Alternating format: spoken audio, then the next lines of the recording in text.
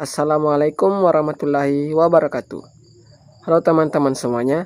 Di video kali ini saya akan membahas materi tentang yang pertama ketogenesis, yang kedua adalah lipogenesis. Untuk materi ketogenesis ada 3 poin yang akan dibahas. Yang pertama, pengertian dan tempat terjadinya ketogenesis. Yang kedua, tahapan proses ketogenesis. Dan yang ketiga, peran badan keton dalam metabolisme energi.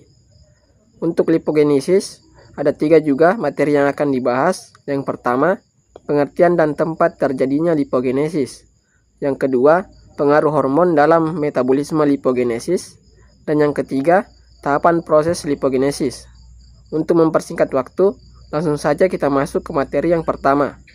1. Ketogenesis. A. Pengertian dan tempat terjadinya ketogenesis. Ketogenesis adalah jalur metabolisme yang menghasilkan badan keton, yang menyediakan bentuk energi alternatif bagi tubuh. Keton diproduksi secara fisiologis oleh tubuh dalam jumlah sedikit sebagai sumber energi. Ketogenesis terjadi terutama di mitokondria sel hati, yang dimana asam lemak diubah menjadi badan keton melalui serangkaian reaksi yang dikatalisis oleh enzim. Peningkatan regulasi jalur ketogenesis terjadi pada saat simpanan karbohidrat dalam tubuh menurun drastis atau kadar asam lemak dalam tubuh meningkat. Pada keadaan puasa atau tidur malam, jumlah badan keton yang dilepaskan ke sirkulasi meningkat karena tidak adanya asupan glukosa selama puasa dan tidur malam. B. Tahapan proses ketogenesis. Tahapan proses ketogenesis ada 5, yaitu yang pertama, konversi asam lemak menjadi asil CoA dengan bantuan enzim asil CoA sintase di sitoplasma. Asil CoA kemudian melewati membran luar mitokondria.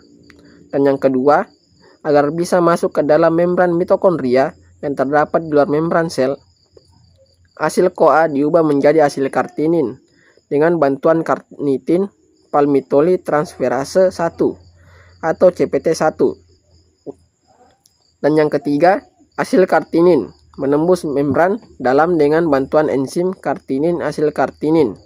Dan di dalam matriks mitokondria, asil kartinin diubah lagi menjadi asil CoA dengan bantuan enzim carnitin palmitoyl transferase 2 atau CPT2. Dan yang keempat, reaksi pemutusan yang akan mengkonversi asil CoA menjadi asetil CoA.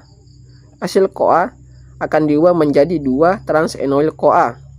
Proses ini memerlukan FAD dan dikatalis oleh asil CoA dehidrogenase. Nah, selanjutnya 2 enoyl CoA hidrolase akan mengubah 2 trans-enoyl CoA menjadi 3 hidroksiasil CoA, yang kemudian akan diubah menjadi 3 ketoasil CoA oleh 3 hidroksiasil CoA hidrogenase dengan koenzim NAD+. 3 ketoasil CoA akan dipecah oleh tiolase menjadi asetil CoA dan asil CoA baru. Asetil CoA kemudian akan masuk ke siklus Krebs, sedangkan hasil CoA baru akan kembali mengalami reaksi oksidatif menjadi asetil CoA. Dan yang kelima, asetil CoA dikonversi menjadi HMG CoA dengan bantuan enzim HMG CoA sintase.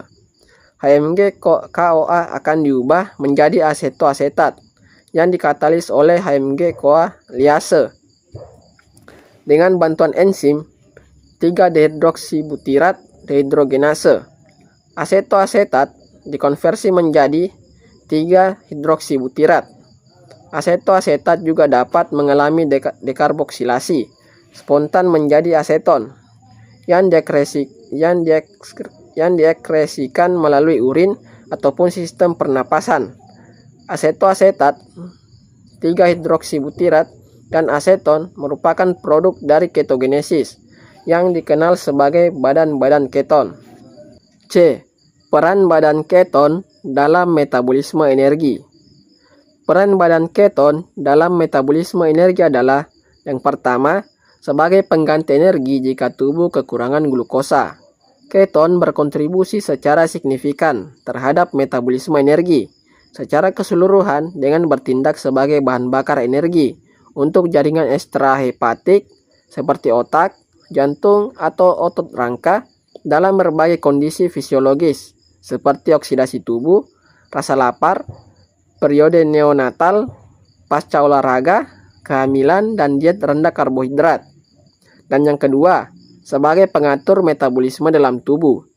Badan keton memainkan peran penting sebagai mediator pensignalan, penggerak modifikasi pasca translasi protein, PTM, dan modulator peradangan dan stres oksidatif. 2. Lipogenesis. A. Pengertian dan tempat terjadinya lipogenesis. Lipogenesis adalah sintesis trigliserida dari asetil-CoA menjadi asam lemak yang kemudian diubah menjadi trigliserida.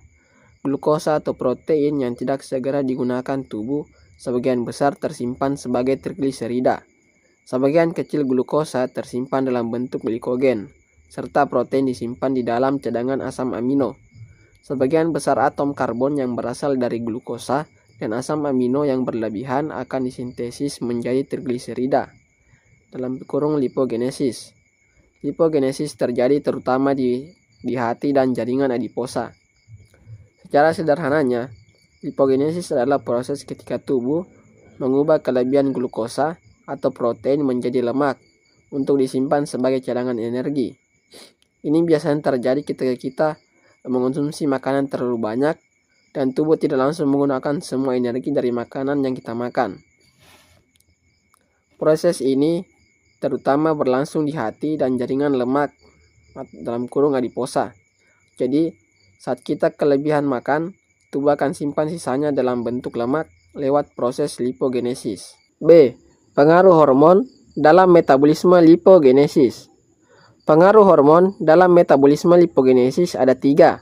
Yang pertama, insulin.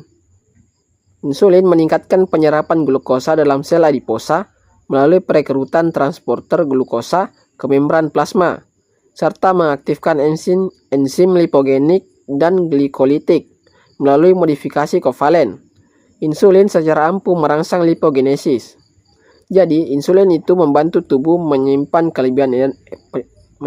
kelebihan energi. Hormon ini membuat sel lemak lebih mudah menyerap glukosa dan mengaktifkan enzim-enzim yang mengubah glukosa menjadi lemak. Jadi, saat kita makan terlalu banyak, insulin membantu proses pembentukan lemak. Dan yang kedua, hormon pertumbuhan atau dalam kurung GH. GH atau hormon pertumbuhan secara dramatis mengurangi lipogenesis pada jaringan adiposa, menghasilkan kehilangan lemak yang signifikan dengan perolehan massa otot secara bersamaan. Jadi, hormon pertumbuhan bekerja sebaliknya dari insulin. Hormon ini mengurangi pembentukan lemak di jaringan lemak dan justru mendorong pembentukan otot. Itulah sebabnya GH sering dikaitkan dengan pembakaran lemak dan peningkatan massa otot. Dan yang ketiga, leptin. Ada konsensus yang berkembang bahwa leptin membatasi penyimpanan lemak, tidak hanya dengan menghambat asupan makanan, tetapi juga dengan memengaruhi jalur metabolisme spesifik dalam jaringan adiposa dan jaringan lainnya. Leptin adalah hormon yang diproduksi oleh sel lemak. Hormon ini memberi sinyal ke otak bahwa tubuh sudah cukup energi, jadi kita tidak perlu makan lagi. Selain itu, leptin juga membantu mengatur metabolisme supaya tubuh tidak menyimpan terlalu banyak lemak. C. Tahapan proses lipogenesis. Tahapan proses lipogenesis ada 7, yaitu yang pertama, asetil-CoA akan bereaksi dengan enzim asetil-CoA karboksilase yang dibantu oleh kofaktor biotin dan ATP, serta tambahan CO2, kemudian diubah menjadi malonyl CoA. Dan yang kedua, asetil-CoA yang sudah terbentuk diubah oleh enzim asetil-CoA ACP transilase menjadi asetil ACP dan malonyl CoA. akan diubah oleh enzim malonyl CoA ACP transilase menjadi malonyl ACP. Keduanya bereaksi dengan enzim beta ketoasil ACP sintase dan terjadi kondensasi serta terbentuk asetoasetil ACP atau beta ketoasetil ACP. Dan yang ketiga, aseloacetil CP akan direduksi oleh NADPH dan bereaksi dengan enzim beta ketoasetil ACP reduktase. Kemudian terbentuklah beta hidroksi butiril ACP. Beta hidroksi butiril ACP bereaksi dengan enzim beta hidroksiasil ACP hidrase, membentuk beta trans butenoli ACP serta mengeluarkan H2O. Dan yang kelima, beta trans butenoli ACP direduksi oleh NADPH dan bereaksi dengan enzim enoli ACP reduktase dan menghasilkan butiril ACP dengan 4 karbon. Dan yang keenam, setelah terbentuk butiril ACP, terjadi pengulangan reaksi mulai dari perubahan asetil CoA menjadi malonyl CoA dan asetil ACP. Hal ini bertujuan untuk pemanjangan rantai karbon pada asam lemak, sehingga karbon yang dihasilkan adalah 16 karbon. Dan yang ketujuh, terbentuklah rantai 16 karbon atau palmitoli CP. Palmitoli ACP akan bereaksi dengan deloesterase dengan bantuan H2O. Maka terbentuklah asam lemak palmitat dengan 16 karbon palmitat. Itu kemudian dapat diesterifiksi membentuk trigliserida atau fosfolipida atau kolesterol ester. Sebagian lagi membentuk asam lemak baru dengan pemanjangan rantai desaturasi atau keduanya. Kesimpulan dari materi yang telah dibahas adalah ketogenesis adalah jalur metabolisme yang menghasilkan badan keton yang menyediakan bentuk energi alternatif bagi tubuh. Ketogenesis terjadi ketika tubuh kekurangan pasokan glukosa. Badan keton berperan sebagai pengganti energi dalam tubuh jika kekurangan glukosa dan sebagai pengatur metabolisme dalam tubuh. Tahapan proses dari ketogenesis sangat panjang, yang dimulai dari mengkonversi asam lemak menjadi asil CoA sampai bagian tahap terakhir yang menghasilkan aseton, beta hidroksibutirat, dan asetoasetat. Lipogenesis adalah sintesis trigliserida dari asetil CoA menjadi asam lemak yang kemudian diubah menjadi trigliserida. Glukosa atau protein yang tidak segera digunakan tubuh sebagian besar tersimpan sebagai trigliserida. Sebagian kecil glukosa tersimpan dalam bentuk glikogen, serta protein disimpan di dalam cadangan asam amino. Pengaruh hormon dalam lipogenesis ada 3, yaitu insulin, hormon pertumbuhan, dan leptin. Tahapan proses lipogenesis sangat panjang, yang dimulai dari asetil CoA dan bereaksi dengan enzim asetil CoA karboksilase yang dibantu oleh kofaktor biotin dan ATP, serta tambahan CO2, kemudian diubah menjadi malonyl CoA, sampai pada bagian tahap terakhir yang terbentuk rantai 16 karbon atau palmitoli CP.